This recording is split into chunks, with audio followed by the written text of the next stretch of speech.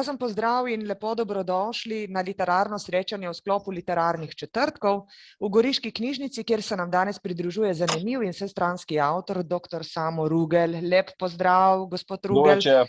S predstavitvijo svojega romana Na prepihu, zgodba o spremembi, krizi in novem začetku. Roman je izšel v letu 2021 pri založbi Litera Maribor. Naj ob tem omenim tudi to, da današnji dogodek oblikujemo z založbo Litera Maribor. Samo Rugel je diplomiran farmacevt, magister ekonomije in doktor založniških študij. Podjetnik je že 30 let ter že 20 let tudi revijalni in knjižni založnik.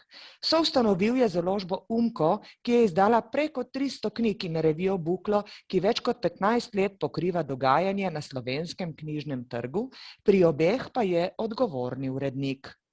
Poleg tega je napisal približno 15 knjig različnih žanrov, od strokovno-založniških prek izpovednih do leposlovnih, kar nekaj jih je že doživelo širši bralski odmev, ob tem pa je tudi avtor več tisoč knjižnih recenzij, člankov in kolumn s področja popularne, kulturne in njene ekonomike. V zadnjem obdobju gospod Rugel piše predvsem izpovedne in leposlovne knjige, kot sta literarni potopis Triglavske poti iz leta 2018 in roman Resnica ima tvoje oči iz leta 2018, ki je bil nominiran tudi za Kresnikovo nagrado.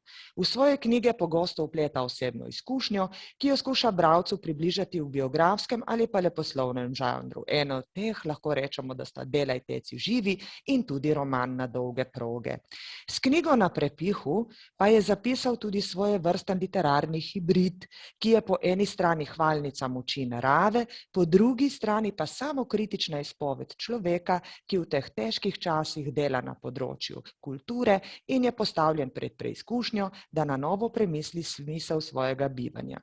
Ta del tega opisa sem pridobila s spletne strani revije Bukla. To vam je bilo znano verjetno, ne? Ja. No, danes pa nam bo avtor torej nekaj več povedal o svoji zadnji knjigi, nastali v času negotovih in neprijaznih epidemioloških razmer, in je zgodba o spremembi, krizi in novem začetku.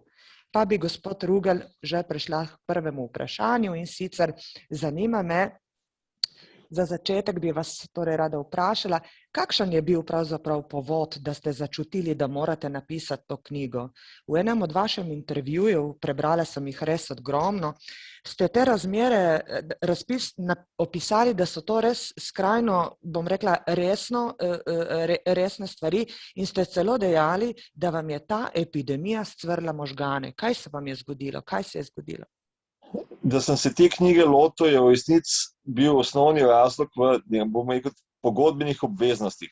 Z založbo Litera smo bili dogovorjeni, da bomo dali nov roman, in potem se je počasi bližal rok oddaje. Jaz romana takrat nisem lotil, tudi zaradi tega, ker je bilo za nami pač leto 2020, ki je bilo pač pandemično in je potem bilo treba reševati barko, na kateri si, ne pa toliko se ukvarjati recimo s kakšnimi stranskimi pač projekti. Pisanje je zame bolj stranska reč, postranska reč, bi rekel, poleg osnovnega dela. In sem pa potem jasno dal uredniku Orlandu Uršiču pač mogoče kot nek predlog, da bi pa lahko v bistvu napisal eno knjigo, ki bi se pa dogajala takrat, recimo, ko so se o tem pogovarjali, smo se v bistvu na nek način pač vsi Slovenci ali pa tudi recimo Evropa nasploh smo se znašli v tem lanskem drugem valu, za katerega smo vedeli, da bo trajalo dolgo časa, tudi potem so bile knjigarne recimo zaprte skoraj pol leta ali pa recimo približno pol leta, in se mi je zdelo to kot neko dobro izhodišče, recimo kako je v bistvu potekalo življenje ne med prvim pa drugim valom, ne med prvim ali pa drugim valom, ampak vmes med tema dvema valoma. Ker tisto poletje 2020 smo pa vsem do neke mere recimo preživeli v eni taki neki lagodnosti. Seveda čutili smo mogoče, da ta pandemija se še ne bo končala, ampak po drugi strani smo pa mislili, da se je končala. Saj se spomnimo, takrat nekje maja je bilo že objavljen konec epidemije, leteli so avioni, čestitali so zdravstvenim delavcem in podobno. In do neke mere smo se potem znašli tudi v situaciji, ko recimo so bili dnevi, ko ni bilo niti nobene okužbe zaznane, in v bistvu se je na nek način neka idila zgodila. Ljudje so bili po svoje recimo še zmeraj pod nekim stresom. Tudi recimo potovanja v tujino so bile recimo poleti Veliki podvigi, 2020. ja, tudi, ne? Ja, so bili podvigi, tako da se je marsikdo odločil za to, da bo dopustoval doma. V domačih, ali planinah, ali recimo na morju in podobno. Naša družina nekako se je pač odločila tudi zaradi tega, ker smo imeli relativno težko obdobje, recimo sploh ta prvi val, ki je bil dejansko nekaj novega. Ja. Recimo ti preko noči zaprejo knjigarne in knjižnice, ker so krnili obtok tvojega dela, če si založnik. To je bilo nekaj, kar je bilo nepojmljivo. To so bile dejansko neke nove reči, do takrat nedoživete.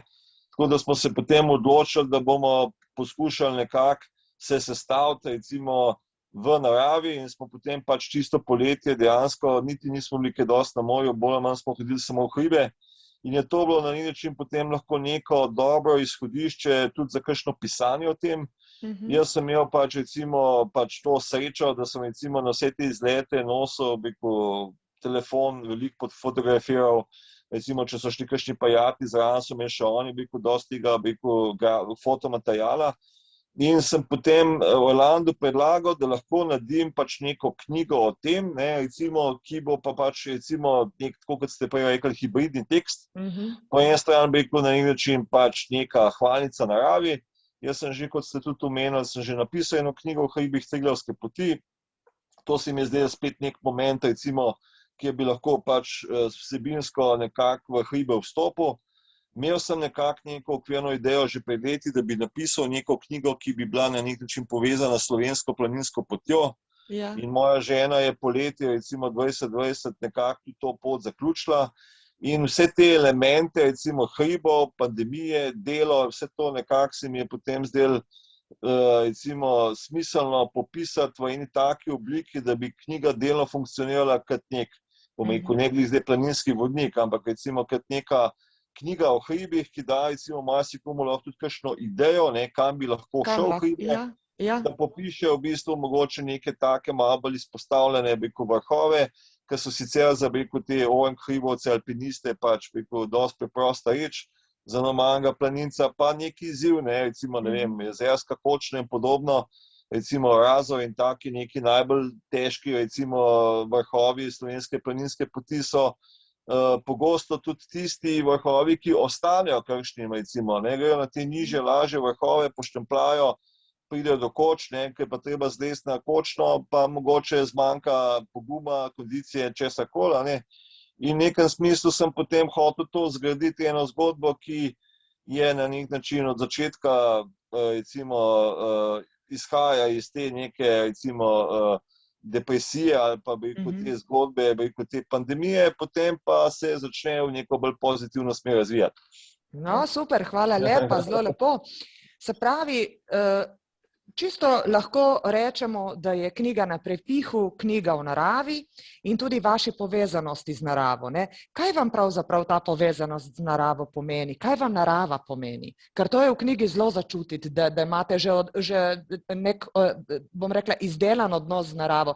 Zasledila sem, da ste tudi že kot otrok očeta spremljali v hribe namreč. Ja, takrat nisem to po svoji volji počel, ampak bolj po recimo njegovi ali pa recimo družinski. Recimo naša družina je bila s hribi pač povezana, moj oče in moja mama sta pač iz kmečkega okolja bila doma ali pa sta doma in recimo so bili pač v neposrednem stiku z naravo pač dnevno.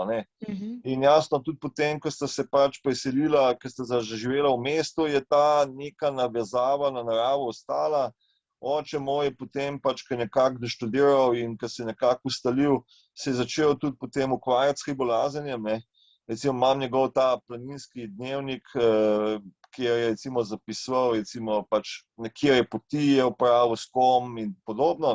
Če je bila večdnevna recimo tura, se tudi imam te kakšne reči not napisane. Recimo, če je bila večdnevna tura, pač kaj je bil prvi dan, drugi dan in tako naprej. In recimo to je mogoče začel tako, ne dolg pred mojim rojstvom. Recimo, jaz sem se rodil leta 1966, recimo ta prvi zapisi so pa mogoče iz 2 let prej, recimo, ali pa nekaj podobnega. Tako da recimo takrat je on začel te hribe malo bolj podrobno spoznavati.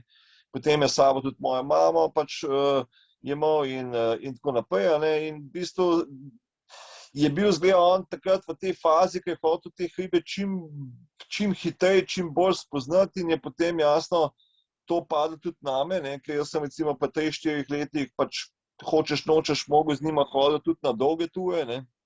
Recimo po 4 letih sem prečel z njima recimo Pohorje, v bistvu najprej od Maribora pa do Slovenj Gradca, ne, pa še pol od Slovenj Gradca praktično do Robanovega kota, ne, čez Uršljo goro pa Radoho in tako naprej. To je recimo tako en normalen planinec, recimo mogoče 5-6 dni, ne. Jaz sem bil pa star 4 leta, ne, in nekako se spomnim, da so mi ostali neki da sem v spominu imam, da sem imel neke žulje in podobno, ne. V glavnem z naravo sem bil že dosti kot mlad povezan, ne, tako kot zelo mlad. Potem pa recimo naslednja ta faza, recimo je bila pa že ta, bi rekel, najstniška, ne, ko recimo sem nekako vstopil v ta taborniški svet, ne.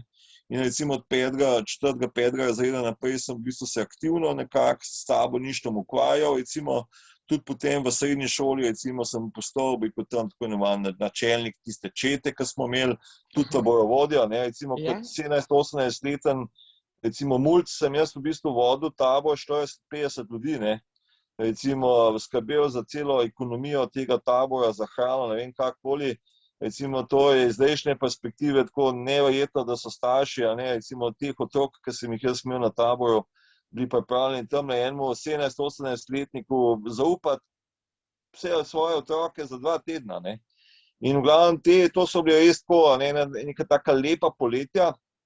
Mi smo imeli tako pač to zadevo zorganizirano, da smo v bistvu nekako 2 četi so zapovrstjo taborile, ena je bila prva 2 tedna, druga 2 tedna, tista, ki je bila ta prva, je še tabor postavila in je to recimo 4-5 dni trajalo, tista, ki je bila druga, je bila tako imenovana zahodnica, ki je podrla tabor. Tako da recimo tam 16, 17, 18 let star sem jaz pač jasno poletja preživljal dejansko v šotoru, pod milim nebom in tako naprej, a ne. Jasno, potem, ko sem postal starejši, sem še zmeraj nekako, narava me je zmeraj nekako pritegovala in potem jasno, ko sem postal tudi založnik, smo začeli počasi tudi neke teme podobne, bi rekel, iskati. Pred leti smo recimo izdali eno dosti zanimivo knjigo, ne, Narava zdravi in popravi, kjer je v bistvu ena, rečemo, ameriška raziskovalna novinarka Florence Williams poskušala v bistvu ugotoviti, tako, ne, kot skozi nek znanstven pristop, hodila po celem svetu, spraševala ljudi, bila v laboratorijih, kaj je tisto v naravi, kaj dejansko je to blagodejno za človeka. Da zdravi, ne? In na to sem se recimo tudi spomnil pač 2 leti nazaj, ne, ker recimo smo bili pač recimo tudi, bi rekel, kot osebe traumatizirani, mislim, dejansko pod nekim pritiskom, ki je bil drugačen od tega, kar smo kot podjetniki doživljali prej in recimo se mi je zdelo, da skozi hojo v naravi, skozi, bi rekel, pač v nekem smislu švic in skozi, bi rekel, solze, ne, da se bo pač potem na nek način, da se bomo prerodili in nam je to dejansko tudi uspelo, ne. Super. No, že takoj na začetku knjige zapišite zgodbo o karantenski norosti. V njej hitro dobimo, ja, to mi je bilo tako zanimivo, v njej hitro dobimo občutek, za katerega lahko rečemo, da ga danes poznamo čisto vsi prebivalci tega planeta, ker pred pojavom koronavirusa praktično si nihče ni mislil, da bo takšna mikro stvar lahko na glavo postavlja življenje vseh ljudi na zemlji. No, ta virus je res pretresel vse eksistencialne temelje človeštva, povzročil nešteto skrbi, še zmeraj jih povzroča. Kot ste rekel sam, nelagodje, žalost, jezo, nemoč in tako naprej. V knjigi ste to super opisali, a to lahko preberem? Ja, seveda lahko, saj je javno objavljen. Bom takoj prebrala, mislim, da sem tukaj. Aha, ta odlomek mi je bil všeč. Ko nekako sprejmete to, da je ta sprememba res se zgodila in takole zapišete v tem odlomku. Telefoni v podjetju so naenkrat nehali zvoniti, kot bi nekdo prerezal žice. Spogledovali smo se v nejeveri, če smo morda po pomoti prišli v službo v nedeljo, da je vse tako tiho, a nas je oglušujoča tišina nazadnje prizemljila. Izkazalo se je, da gre za novo stanje na popolnoma običajen delovni dan. Nekaj dni kasneje so se v celoti ustavili prilivi na naš poslovni račun, kot bi banke prenehale poslovati. Ne, ni šlo za to, samo v podjetjih so se ustrašili prihodnosti in so začeli zadrževati že dogovorjena plačila. Naslednji tedni so tako minili v mrzličnem tuhtanju, kaj delati in kako ter kam se premakniti naprej, pa tudi v tesnobi, v kateri so se razkuhavali možgani, kot bi jih nekdo v centrifugi najbil na najvišje obrate. To mi je bilo res krasen opis tega, kako je človek iznenada pahnjen v eno tako situacijo, ki je tako grozno nepričakovana in se mora prilagoditi, hočeš nočeš. Kako je to vam uspelo? Ja, nekaj tednov je bilo res težko, ne? Recimo, če se spomnim nazaj, recimo, zdaj smo sredi januarja 2022, recimo, epidemija je bila recimo v Sloveniji razglašena 12. marca 2020, ne? In recimo tisti teden ali pa zadnje 2 tedna, recimo, bom rekel, zadnji teden pred razglasitvijo je bilo že v družbi čutiti eno to napetost, ne? Recimo, pač po sosednjih državah so že pač jasno identificirali viruse, vedeli so, da pač njihovo prebivalstvo se je s tem že okužilo. V Sloveniji pa tako nek zamik je bil takrat, ne? Nismo takoj imeli tega virusa, ne? Nismo še našli nobenega, ki bi ga imel, ne? In je bila en taka, rekel, napeto pričakovanje, ne? Recimo, potem je nekako par dni prej, mislim, da recimo, to je bilo četrtek, mislim, da je bila razglašena ta epidemija, ponedeljek ali torek, recimo, predtem so nekako prvi primer identificirali, ne? In recimo, takrat smo vedeli, da se bo pač nekaj zgodilo, ne? Jaz sem recimo takrat kar lepo vsak dan poklical recimo svojo pač znanko v konzorciju, ne, šefico konzorcija in se jo pač vprašal, kaj se kaj dogaja, ne, recimo, kar se tiče obiska knjigarn in recimo pač prodaje knjig in recimo poročala, da pač je praktično iz dneva v dan recimo je pač padal promet in tudi število obiskovalcev, ne. In do neke mere pač je to že napovedovalo, ne, kaj nas čaka vse kratkoročno, ne, pač ljudje so se pač začeli čisto naravno odzivati, držali so se doma, niso vedeli, kaj se bo dogajalo, potem je pa šlo do razglasitve epidemije in kmalu zatem potem tudi recimo do ustavitve tega javnega življenja, ne, tako so potem temu rekli, ne. In na nek način smo mi potem recimo takrat 15. 16. marca pa šli v službo in v bistvu smo bili postavljeni čisto novo situacijo, kaj bomo zdaj sploh delali, ne. Meni je pa jasno, če si pač neka založba za rednim poslovanjem, imaš konstantno v neki produkciji recimo knjige, ki ne bi že išle recimo v naslednjem mesecu, postavljalo se je takoj vprašanje, čakaj, ok, zdaj bomo mi te knjige recimo dali v tisk, potem bojo pa šle v skladišče, kaj bomo pa s temi knjigami, ne. Pa smo se na nek način odločili, da bomo mogoče to malo zabremzali, zaustavili to, prestavili nek čas. Tudi recimo tiskar, recimo, naš je poročal o tem, da je praktično v bistvu so se naročila mu popolnoma ustavila in je potem tudi čez nekaj časa on v bistvu nehal delati, ne, saj potem so se sprožili že te ukrepi, podpor in tako naprej, čakanje na delo in vse te reči so s časoma šle, ne. Tako da v glavnem, recimo,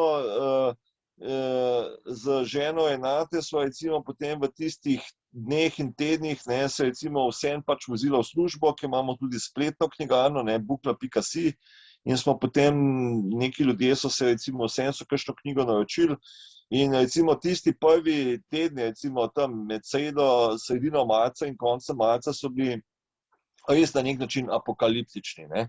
Recimo, pač midva živiva tako, da imamo recimo do službe mogoče 2-3 kilometre in greja po eni relativno prometni cesti Šmartinki, no, ki pelje drugače v BTC, ne, na to nakupovalno središče, ljubljansko, ne.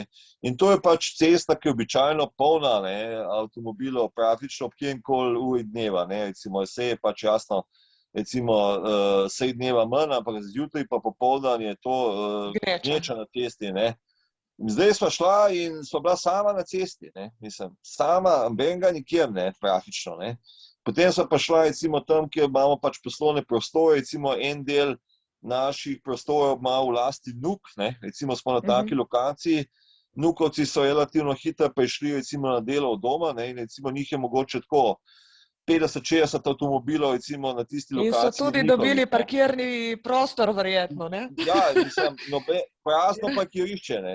In potem se poprazni tej šmatinki, pa prideš na prazno parkirišče, ne, počutiš se recimo kot v filmu Willa Smitha, ne, recimo Jaz sem legenda, ne, ko je recimo sam bil v New Yorku, ne, in je bilo na en način tako, po eni strani tako šokantno, ne, tako, v bistvu si to gledal, kot da sam nastopaš v nekem filmu, ne, Sam hkrati si bil pa šokiran, da si ti pa zdaj tle igralec v tem filmu in da se ti to res dogaja, da to ni neka fikcija, ne.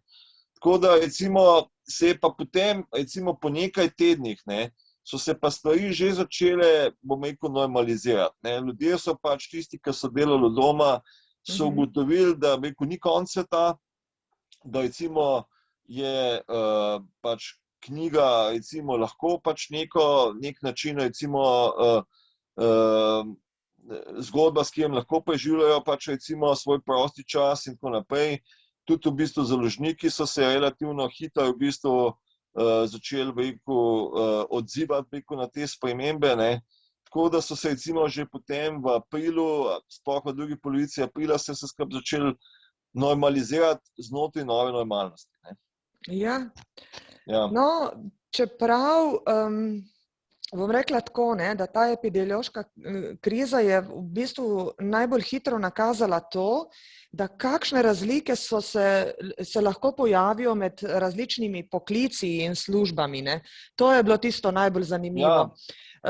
Kako eni čez noč so praktično ostali brez vsega, drugi so pa še zmeraj lahko hodili v službo, pa so bile njihove službe esencialne za zdravje ljudi, za to, za ono in drugi enostavno nič. Enostavno so mogli zapreti in čakati doma, biti na čakanju in še kaj drugega se jim je zgodilo, hujšega recimo, ne. Mislim, imeli smo pač to situacijo kot družba, ne, da so se pojavile velike razlike glede na to, pač od kje prejemaš recimo to, bom rekel, osebni dohodek, ne.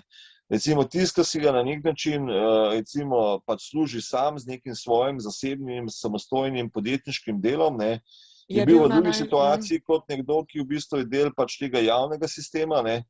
Zdaj jasno, a se mu pač kot nek delo preko noči upadlo, to je zdaj vprašanje, recimo, to je zelo odvisno od tega tudi, recimo, kaj dejansko počne, ne.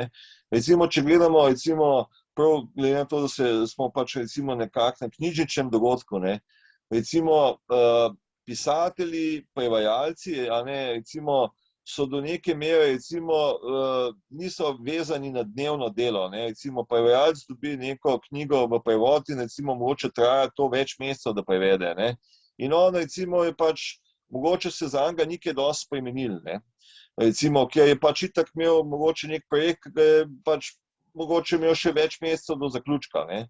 Recimo, mi smo bili, ne, zaradi tega sem dal pol tej knjigi tudi to naslov na prepihu, smo bili pač izpostavljeni v tem smislu, da na eni strani recimo smo videli, da v bistvu pač tega, ne, recimo obtoka denarja ni več, ne, denar se pač ne kroži več k nam in pol od nas naprej, ne, po drugi strani smo pač pa recimo, če si pač neka založba, imaš stalno v nekih različnih fazah, recimo zmenen si za recimo mogoče 10, 15, 20 knjig, ki si tudi že, bi rekel, dal naročila avtorjem, prevajalcem in podobno, ne, in po eni strani nisi več vedel, ne, zdaj, kako bo svoj posel, bi rekel, funkcioniral, ne, ker recimo, ko recimo prideš v situacijo, da so knjigarne zaprte, ne, in v bistvu tudi knjižnice so bile nekaj časa, bi rekel, povsem zaprte, potem si v bistvu mislim, v neki slepi ulici in se v bistvu sploh ne znaš obnašati, ne. In jasno, je pa še dimenzija časa, ne. Recimo kot podjetnik poskušaš anticipirati recimo prihodnost, ne, in če si recimo mogoče malo bolj tako pesimistično nastrojen, ne, potem ti v bistvu vidiš to prihodnost, čakaj, okej, tudi recimo 12. marca, ko je bila razglašena ta epidemija, ne, to se pač vsi spomnimo, da je bilo rečeno, da bo to 2 tedna, ne. In zdaj ta 2 tedna sta se potem začela, bi rekel, sta se začela širiti, ne. To ni bilo zdaj med 12. in pa 26. marcem in potem se pa vrnemo nazaj recimo v službe in se vse dogaja naprej normalno, ne. To se je potem na nek način začel podaljševati, ne. Mi smo pa šli potem iz 26. marca že v začetek aprila, pa v sredo aprila, potem še nekako konec aprila recimo se je začel na nek način govoriti o tem, da se bo vse skupaj nekako začelo, da se bo pač to javno življenje odprlo, ne. Sam jasno, v tistih 6 tednih, ne, si kot podjetnik, recimo, preživel mogoče veliko več mentalno časa, ker si v bistvu gledal tako, ne, ja, ok, imam že pač prve plače, druge plače, davke, vse mogoče, ne, in recimo jaz sem rekel tako, da si z 10-kratno hitrostjo, recimo, ne, si razmišljal o tem, kaj se ti bo dejansko dogajalo, ne. Sej, potem je pa šlo do tega poletja, v bistvu tudi to je bila neka nejasna situacija, ne, recimo po 6-tedenskem zaprtju, knjigarn, a se bodo ljudje vrnili nazaj v knjigarne, ne, recimo kot nekem načinu preživljanja, prostega časa, pa porabljanja nekih prostih denarnih sredstev, ker tudi tega se moramo zavedati, ne, da recimo slovensko založništvo je bilo recimo po letu 2008-2009 v stalnem upadanju. In jaz recimo takrat razmišljal, čakaj, zdaj pa še zaprte knjigarne, pa se to bo pokop, ne, oziroma potop, ne, recimo dejansko slovenske knjige, ne. Ampak je potem realnost pokazala drugačen obraz, ne. Dejansko so ljudje, ki so recimo mogoče zdaj delali doma, ki so v bistvu imeli neka prosta finančna sredstva, ki jih niso mogli porabiti za neke, ne vem, krajše turistične oddihe, potovanja, ne vem kaj, so pač en del tega, denarja začeli namenjati tudi za knjige, mogoče so imeli nekaj več časa, da so lahko te knjige brali, vrnili so se recimo v knjigarne, ne, in v bistvu se je ta zgodba, ne samo pa nas, ampak globalno, za knjigo na nek način dobro obrnila. Pandemija, kakorkoli je pa nesla veliko hudega, ne, recimo je v bistvu knjigi na splošno kot mediju dala nek pospešek. In to ne samo e-knjigi, ne, ki je omogočala izposojo nadaljavo in podobno, ampak tudi tiskani knjigi. Ljudje so se vrnili v knjigarno, sicer je bilo ta, recimo, neka zgodba s temi maskami, a ne, recimo v knjigarno greš na nek način, na bolj tak sproščen način, da boš tam recimo potem malo brskal, pa tako malo posedel, da ne boš takoj zdaj, tako kot v enem klasični živilski trgovini, ki greš do škupov, takoj nekaj večin šel, tam si mogoče tako malo boš pohajal, ne. Ampak so ljudje tudi do neke mere spremenili te svoje nakupne navade, so recimo mogoče kupili več knjig, vedeli so, da ne bojo šli spet čez en teden v knjigarno. Ljudje so se do nek način spremenili v tem smislu, kakšen odnos imajo do knjige in so tudi pač odnos do knjig in branja vse do neke mere korigirali. Seveda govorimo o tistih, ki so imeli do knjig že na splošno vzpostavljen nek pozitiven odnos. No, je ves ta čas, pa kljub težki preizkušnji in pri založbi in kot pač pri samem koronavirusu, ste se soočali s preizkušnjo tako in drugačno, ste pa ob sebi vedno imeli podporo partnerice in žene Renate, Reni, kot ji pravite vi, ne? Ja. No, in meni je ta odnos z Reni bil zelo simpatičen in tako pristen.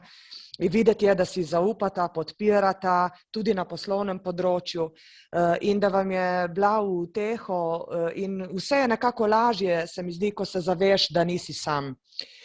Je pa zelo luškan opis v vaši knjigi, kako se z Reni doživljata, razumeta in meni je v bistvu bil fascinanten zato, ker je nekako tudi opisuje v bistvu nasploh odnos med partnerji, med moškim, žensko in tako naprej. A lahko preberem? Ja, dajte. Me zanima, kaj ste najdeli.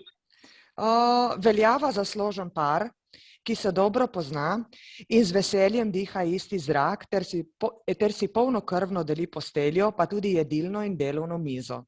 A zmeraj znova sem, vsaj sam, moral dodajati, da je najino razmerje kot vožnja po toboganu ob spremljavi ognjemetov, da je na videz lahkotna idila zgrajena s trdim delom na sebi, to pa je včasih podobno mentalni rokoborbi, spet drugič pa lahkemu plesu regratove lučke v jutranji sapi. Krasno. Meni je bilo to zares lepo. A ni to res nekaj najbolj pomembnega, da takrat, ko doživljamo hude stvari, imamo nekoga, ki nam lahko ob tem pomaga in se lahko nanj zanesemo? Ja, glejte, z Renate so že recimo pred par leti bila na tem, da izdamo eno knjigo, ki je naslov The Power of Two, ne. to je moč para, pa moč dvojice. Ne? In v principu je pač jasno, cela naša zgodba založniška, pa izdajanje, pa urejanje revije Bukla in vsega tega, ne, pač zgrajena na tem, da pač približno vlečeva oba v isto smer, da v bistvu jasno Renata je bolj zadolžena, pa bolj odgovorna za Buklo, jaz bolj za knjige, ampak do neke mere v bistvu drugemu tle recimo sva zrcalo, ne vedno najbolj prijazno, ampak pošteno pa iskreno, ne. In v bistvu nekako imava ta odnos, da bolj ali manj stvari ne puščava, bi rekel, nedorečenih, ne. In če imaš na nek način zmer veš, pri čem si, potem tudi do neke mere, bi rekel, tak odnos lahko laufa, bi rekel, na dolgi rok in tudi, če prideš v neko tako kritično situacijo, ne, recimo, kot smo jo v bistvu doživeli, je potem, če je pač neka relacija čvrsta, potem lahko tudi take stvari preživi in iz tega mogoče pač izideš, ne, oziroma prideš v nekem boljšem, bi rekel, kasnejšem stanju, ne. Je pa jasno, to so, tako kot je lepo, bi rekel, tam bilo napisano, ne, to ni v bistvu samo neki na površini, neka fasada, ne. Zadaj za tem je pač neka konstantna, bi rekel, interakcija, ne, recimo konstantno neko izmenjevanje mnenj, pač tudi kritika taka ali drugačna. In jasno, če to počneš z recimo željo, da v bistvu imaš na nek način dober odnos, ki v bistvu bo potem tudi imel posledico, bi rekel, neko dobro, prijazno, neko družinsko okolje na eni strani, ne, kot recimo tista osnovna celica, ki je človek biva, na drugi strani pa pač, da potem tam, kjer delaš, tudi ustvarjaš stimulativno delovno okolje in da tudi ljudje, ki v bistvu tam delajo, do neke mere vejo, da tukaj ni še nekih družinskih takih ali drugačnih zamer, ne, ker v bistvu do neke mere recimo naša založba tudi ni prav klasično družinsko podjetje, ampak recimo oba dva delava v njem in tukaj je treba biti tudi zelo pozoren, bi rekel, do kolektiva kot takega in recimo, če imaš pač v bistvu igraš, bi rekel, na vse strani z odprtimi kartami, potem lahko pač potem tudi tako podjetje, ja, podjetje na dolgi rok nekako funkcionira in so ljudje v njem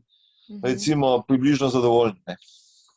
No, prav Renata je v bistvu tista, ki na neki točki vas opomni, da jih še niste izpolnili obljube ob okroglem jubileju, ne?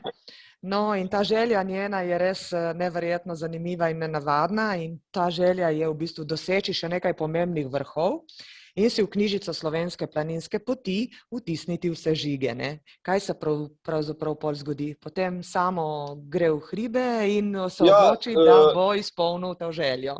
Recimo, pač tisti, ki je hodil po Slovenski planinski poti ali pa jo pozna, pač ve, da je to približno tam 70 žigov, ne, recimo pač ta pot vodi od Maribora do Ankarana, po teh vseh glavnih, bi rekel, gorovjih, ne, to je, bi rekel, Pohorje, Karavanke, Julici, recimo Kamniške Alpe, ne.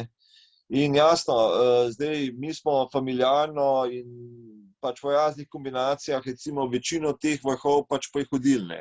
Ampak zmeraj pa obstajajo neke pač te slepa črevesja, ki je nekako ali ne prideš, ali je oddaljeno, ali je težko, ne.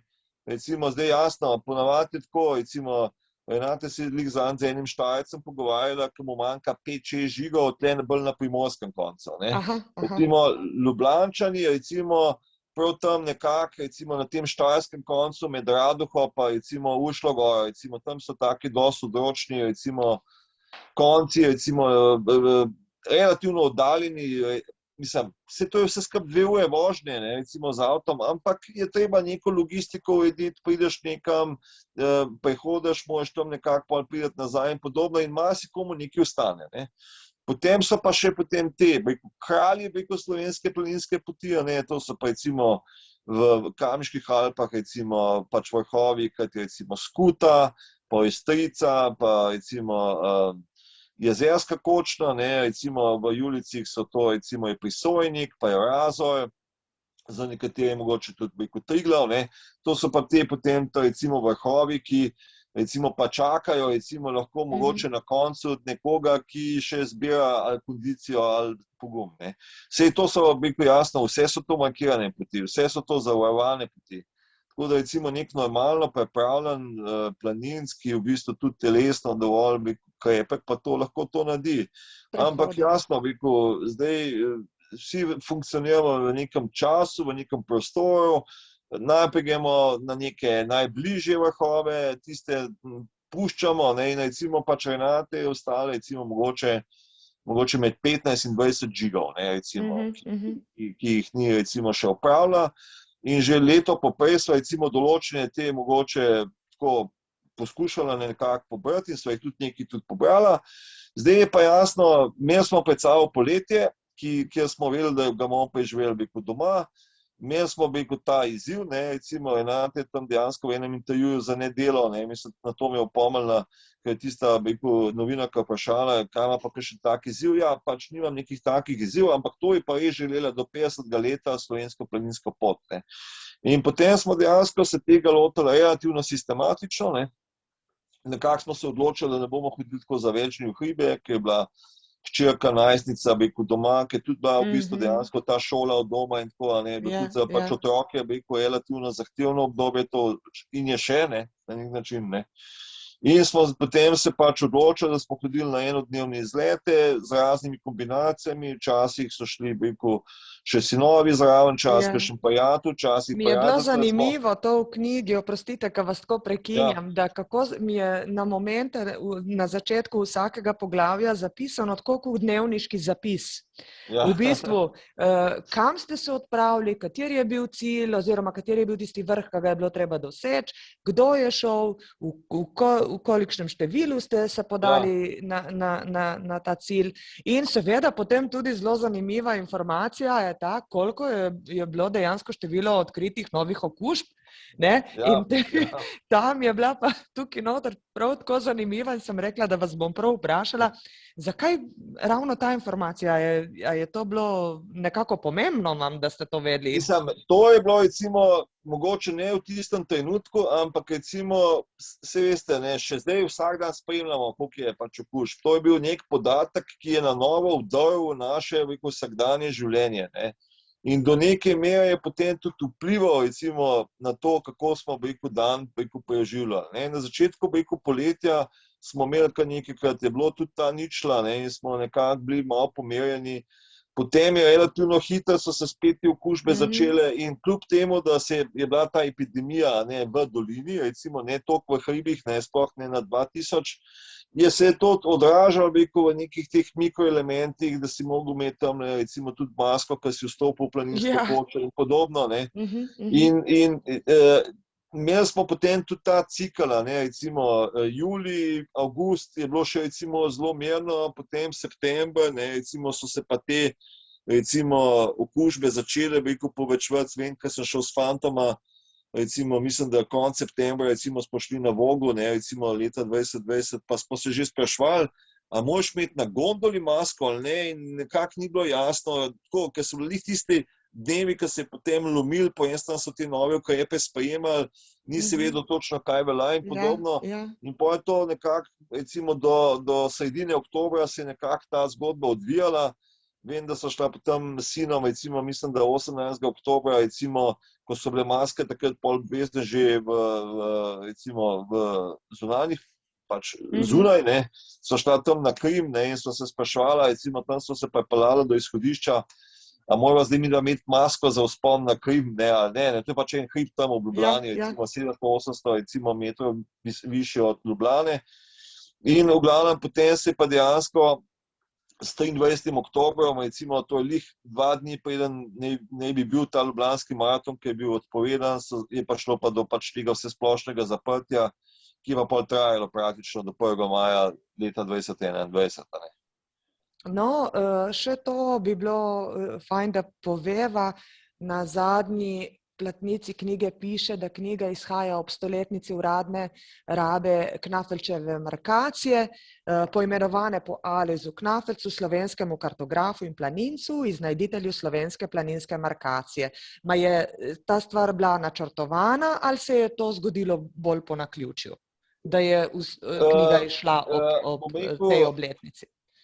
To ni bilo nič načrtovano, ne? Ampak recimo zdaj, če si nek avtor pa založnik, potem poskušaš zmer vezati recimo svojo knjigo na nekaj, recimo na zgodovino, ne? Pred leti recimo sem poslušal predavanje enega urednika, zdaj je šel že penzion, 4-5 let nazaj, in recimo je tudi so zgodovinske knjige recimo izdajali tam in je zmer gledal, kje je kakšna okrogla obletnica, ki je bolj element, ki bi recimo bil razlog za to, da bi pač neko knjigo takrat izdali na tisto temo, ne vem, 200-letnica rojstva Napoleona, dajmo takrat izdati biografijo ali pa kaj podobnega, ne. Tako da tudi jaz sem recimo že pri Triglavskih poteh, ne, sem recimo takrat je bila lih 240-letnica recimo prvega vzpona na Triglav in to se mi je zdel pač nek element, ne, Triglav, na eni strani obletnica in ta knjiga vezana na to. In recimo tukaj sem tudi recimo iskal, kaj bi bilo in se potem slučajno pokazalo, da je markacija, nekaj pa jasno, če hodiš v hribe po markiranih poteh, je skozi jo imaš, skozi jo gledaš, skozi jo loviš, ne, in v bistvu se je to zelo lepo. Leto 2022 je dejansko zdaj ta obletnica okrogla, ne, in to se mi je zdaj zelo dobro, po eni strani sem pol tudi še recimo te markacije noter v knjigi po svetu še nek dodaten prostor, kaj nam ta markacija vse nekako pomeni, ne. Po drugi strani sem opozoril na nekaj, koliko časa že obstaja, in to se mi zdi, da če je možno, je to potem fino povezati. Tudi recimo zdaj pa eni knjigi, ne, ki jo zdaj recimo načrtujem, ko jo pišem, ne, sem tudi pač iskal, kaj bi recimo bila neka recimo ta kakšna okrogla obletnica in sem spet našel, ne. Okej. No, tako bom še rekla. Kako pa zdaj gledate po vseh teh izkušnjah že, ki ste se jih nabrali, po izidu knjige, po spet začetku dela in tako naprej, na to stvar, kar se nam zdaj vsem dogaja, na potek epidemioloških razmer in kaj vas v bistvu najbolj skrbi v prihodnosti? To me zanima. No, recimo, ko smo lani, recimo, ne lani, v bistvu predlani, ne, ko smo daseli v ta drugi val, ne, in so se recimo z ženo pač pogovarjala in tako, kako bomo zdaj to, takrat smo pa vedeli, da to pa ne bo zdaj za en mesec ali pa en mesec pa pol, vedeli smo, to bo trajalo, ne. Zdaj, nismo si znali čisto predstavljati, koliko časa, ampak recimo smo na nek način vseeno v bistvu eno neko odpornost pridobili v bistvu skozi to poletje in smo na nek način se pač odločili, da bomo pač čim bolj mirno, ampak zavzeto delali, da bomo poskušali pač jasno funkcionirati, kar se tiče naše čiste tržne dejavnosti, kar se da odzivno in kar se da konstruktivno. In v bistvu smo potem to recimo naslednje obdobje, bom rekel, veliko bolj, kar se tiče živcev vsega tega mirno preživela, ne.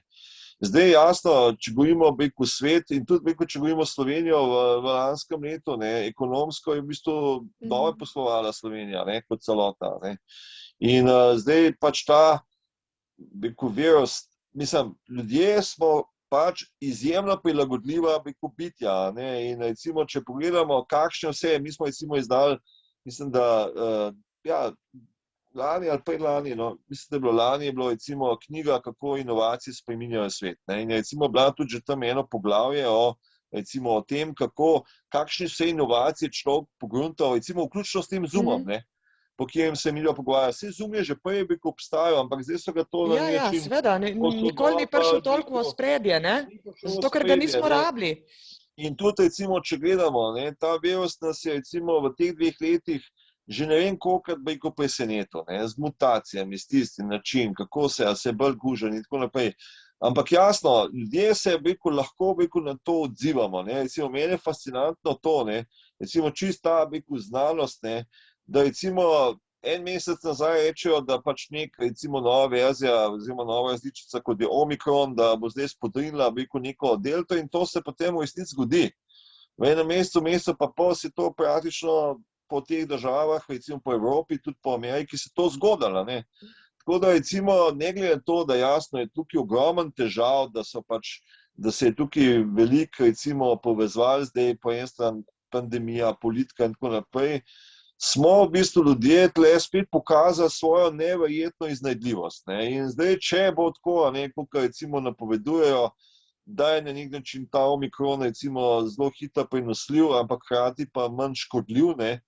Bo mogoče se res zgodilo tako, da do pomladi se bo ta virus do neke mere ustalil na nekem nivoju v družbi in da bomo lahko, jaz računam, da od poletja naprej, da bomo tako dosta normalno funkcionirali. In v bistvu zdaj že to, kako so se te neki dogodki, recimo, zdaj te hibridni dogodki, ne, po eni strani zdaj lahko do včasih smo imeli dogodek v knjižnici, ne. Ja. In tisti ljudje, ki so pa šli tja, so tisti dogodek na nek način spremljali, ostali pa so to zamudili. Zdaj, recimo, ta epidemija je pa nesla spremembo na tem področju. Recimo, in verjamem, da bojo v prihodnje recimo neke vrste hibridnih dogodkov ostali. Pač lahko boš šel tja fizično, če boš hotel avtorja srečati, če pa ne boš imel časa, ali se ti pa ne bo dalo, pa podobno, boš pa lahko ogledal posnetek na od YouTubeu. doma. Ja, recimo te YouTube, podcasti, vse mogoče, to je na nek način, je epidemija pa nesla, tudi nam dobre stvari, ampak je v bistvu pokazala, kako se da... Da smo res prilagodljivi, ne? Mislim, Homo sapiens pač je veliko slabega naredil v zemlji, ne, ampak pač veličino je naredil zaradi tega, ker je pač zmeraj nek svoj interes hotel realizirati. In ta interes je v bistvu realiziral zato, ker pač inteligentno bitje zmeraj najde neko kombinacijo. Ne. Slovenci smo tle še v bistvu zelo tako, po mojem, nadpovprečni eksperti. Ne. In zmeraj iščemo neko, se ko dajo neko pravilo, Slovencem pa hitro pride do tega, ja, kaj pa tole, pa tole, pa to. Ne. Najdemo, mi potem neko kombinacijo, kako se da vmes nekako priti. Tako da, v bistvu jasno, zmeraj se lahko interpretira, da iščemo tam dlako v jajcu ali pa podobno, ampak v bistvu smo s tem, kako najdemo težave tam, ki jih mogoče ni, pa tudi izkazujemo gibkost naše inteligence. Ok. No, še to vas bom vprašala za konec. Tisto, kar pač moram, ker vem, da se nekaj dogaja. Vem, da imate neke načrte za prihodnost in sem tudi že zasledila, da se nekaj pripravlja, da se nekaj piše, nek nov roman v ozadju in tako naprej. Ali bova kaj povedala, ali kaj bova rekla? Glejte, lahko pišem, v bistvu dejansko imam več projektov, več projektov. En projekt se tiče v bistvu je spet, ker se tiče narave, gibanja, teka in podobnega. 10 let nazaj je šla ta moja knjiga Delaj, teci, živi. Takrat sem bil star tam 45-46 let in sem pač jasno nekako poskušal natrenirati v bistvu za maraton po neki pač logiki in zdaj se na ta teren vračam. Zdaj, takrat sem recimo se poskušal na maraton pripraviti predvsem s telesom, recimo do glave, zdaj bom pa predvsem poskušal se vklopiti glavo. Aha. In na nek način bom pač na gibanje, na tek, na vse to pogledal tako na neki izveren način. Recimo, plan je, da to nekako tej pomladi naredim. Recimo, dam vam lahko samo en tak, kakor namik, recimo, Prosim. Recimo, France Prešeren je šel 200 let nazaj peš na Dunaj. Recimo, jaz bom šel tudi na Dunaj, ne peš, ampak bom šel na Dunaj. In recimo, to je ena reč, kar delam. Druga reč v bistvu je dejansko nek roman, ki se dogaja 5 let, recimo, kasneje po, recimo, te Resnica ima tvoje oči, in v bistvu je to pač nova zgodba, ampak, recimo, se bo tudi na tisti roman to navezala. Se bo navezovala na roman. Nekaj se bo. Super. Neki liki se bojo tudi le pojavili. Zdaj, kako kaj, ne vemo, In potem podela pa še na eni knjigi, ki pa še ne bom nič povedal, je pa tudi ideja, da ne bi šla recimo čez kakšno leto, ampak tam pa nisem toliko daleč, da bi lahko o njej govoril, ker pa bom na koncu govoril nečem, česa ne bo. Dobro, prav čisto zadnje vprašanje še vaš življenjski moto nam zaupajte. To me res zanima. Recimo, če gledamo 10 let po tisti knjigi Delajte, če živi še zmeraj podoben. Aha. To je na nek način, recimo, zdaj sem mogoče, če gledam razlike v tem, da recimo pri delu poskušam recimo čim bolj recimo slediti temu motu, da recimo se pač ukvarjam se s knjigami, s knjižnimi vsebinami kot urednik in zagotavljati recimo produkcijo čim boljših in čim bolj trajnih knjižnih vsebin. Recimo, čez 20 let recimo izdajamo knjige, recimo prvih 5 let recimo smo bili do neke mere novinci v tem poslu, recimo smo pač recimo delali po neki intuiciji, potem drugih 5 let smo bili do neke mere tako, smo malo že recimo bolj znali to, kaj bi bilo treba. Recimo tretjih 5 let smo recimo malo bolj resno se začeli s knjigami ukvarjati in smo pač nekak diapazon knjig recimo tudi ponudili recimo na slovenski recimo knjižni trg ali pa prostor, ki jih do takrat ni bilo toliko, recimo predvsem na področju leposlovja. Zadnjih 5 let recimo se nam zdi, da delamo zelo kakovostno. Tudi recimo domače avtorske knjige smo recimo uspeli določene zelo dobro narediti skupaj z avtorji seveda. Tako da recimo še dvigati recimo naše pač uredniške standarde, knjige, ki jih na nek način ponudimo potem slovenskemu bralcu, da so čim bolj narejene, da čim bolj spadajo v to, kaj dejansko so naše osnovne vsebinske smernice. To je delati v bistvu trajne vsebine, čim bolj trajne knjižne vsebine, to je en moto. In drugo moto je pa to, da dejansko tudi na področju lastnega ustvarjanja narediti v bistvu neke vsebine, neke knjige, neke izdelke, ki se navezujejo na to, kar sem že do zdaj delal, hkrati pa v bistvu, da so pač ponudijo nekaj novega. Recimo, to je, kar se tiče dela. Jasno, ampak delo je pač lahko funkcionira, če je v bistvu dejansko na področju zasebnega življenja vse v redu.